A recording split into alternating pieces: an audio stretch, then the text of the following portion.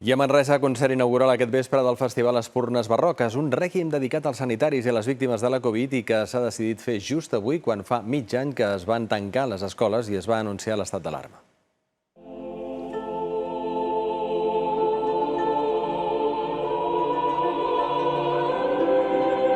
A primers del segle XVII, el compositor Tomàs Lluís de Vitòria va crear la seva gran obra, el Rèquiem Officium Defunctorum, que ara ha servit per homenatjar les víctimes de la Covid i el personal sanitari.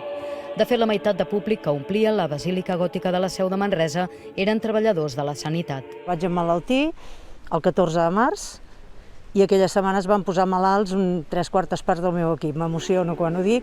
El cor de cambra Francesc Valls, dirigit per Pere Lluís Biosca i amb la música d'un llaüt, ha posat veu al Rèquiem.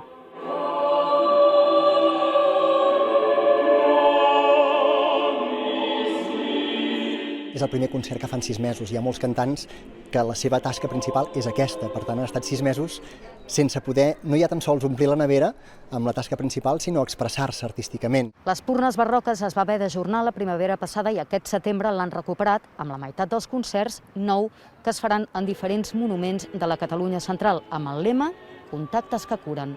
Els homenatges sí, però també les mesures de protecció i que ens ajudin a que això no torni a anar tan malament. Més que res perquè no donarem l'abast. La fortalesa del nostre sistema sanitari som els professionals i tant de bo l'administració ens pogués donar sortida a alguna de les nostres peticions. Un concert que s'ha acabat amb el cor interpretant De Pacem Domine, que el compositor Arvo Part va crear després dels atemptats de Madrid.